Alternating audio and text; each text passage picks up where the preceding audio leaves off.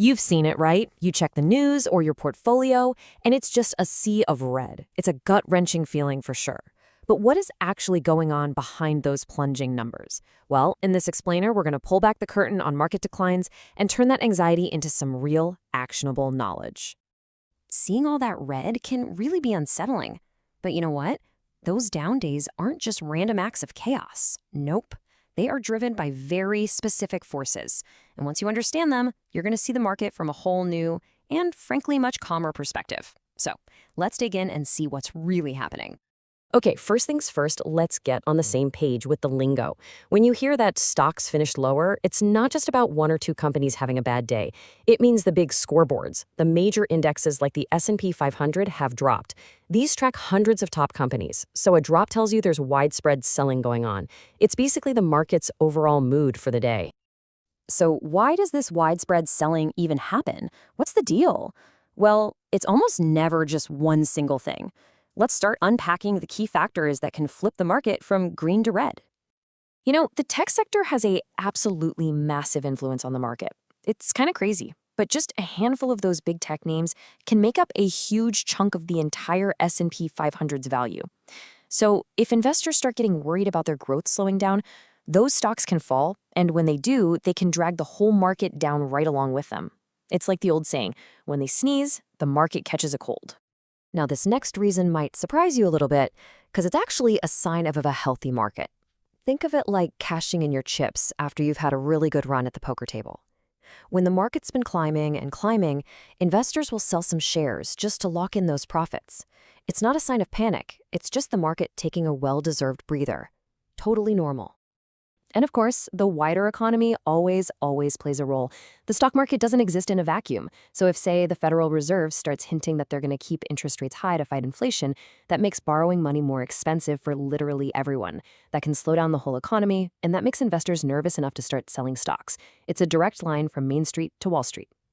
This one really shows just how connected everything is these days. A big event happening over in Europe, or even a huge drop in something like Bitcoin, can ripple out and make investors everywhere nervous.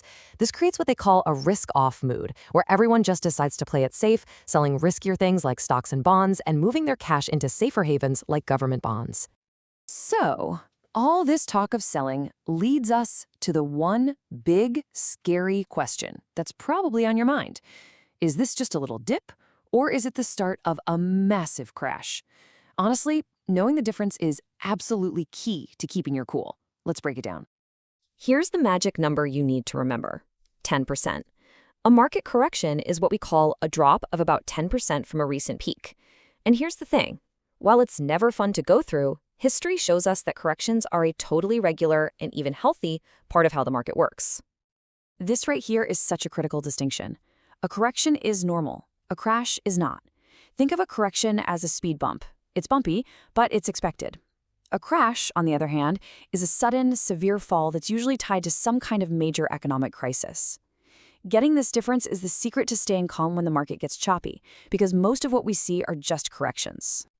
Okay, so we get the why, now it's time for the what do I do now? Because let's be real, knowing what's happening is one thing, but knowing how to respond is what really makes a smart investor.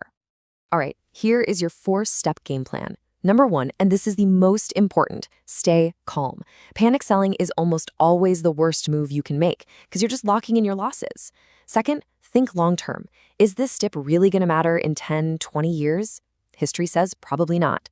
Third, try to reframe this as an opportunity. I mean, think about it. Dips are basically a sale on great companies. And finally, number 4, diversify. Make sure a drop in one area doesn't torpedo your whole portfolio. So now that we have our playbook ready, what should we be watching for? The market is always sending out little signals about where it might be headed next. You just have to know where to look. Keep your eyes on these 5 key things. Inflation trends, that tells you about your own purchasing power. Central bank decisions, well, that directly hits borrowing costs. Corporate earnings, that's the real report card showing how companies are actually doing. Then you have global stability and investor confidence, because sometimes how people feel about the market can become a self-fulfilling prophecy. These are the drivers that are going to shape what happens next. You know, if you take just one thing away from all of this, let it be this simple idea. History is our best guide. Markets go up, markets go down, But the long-term trend has always been upward. The investors who come out on top are the ones who stay disciplined, stick to their plan, and don't get rattled by a little bit of turbulence. So I'm going to leave you with this one question to think about.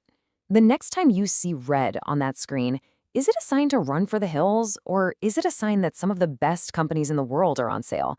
Shifting your perspective from fear to opportunity, well, that can change everything about your journey as an investor.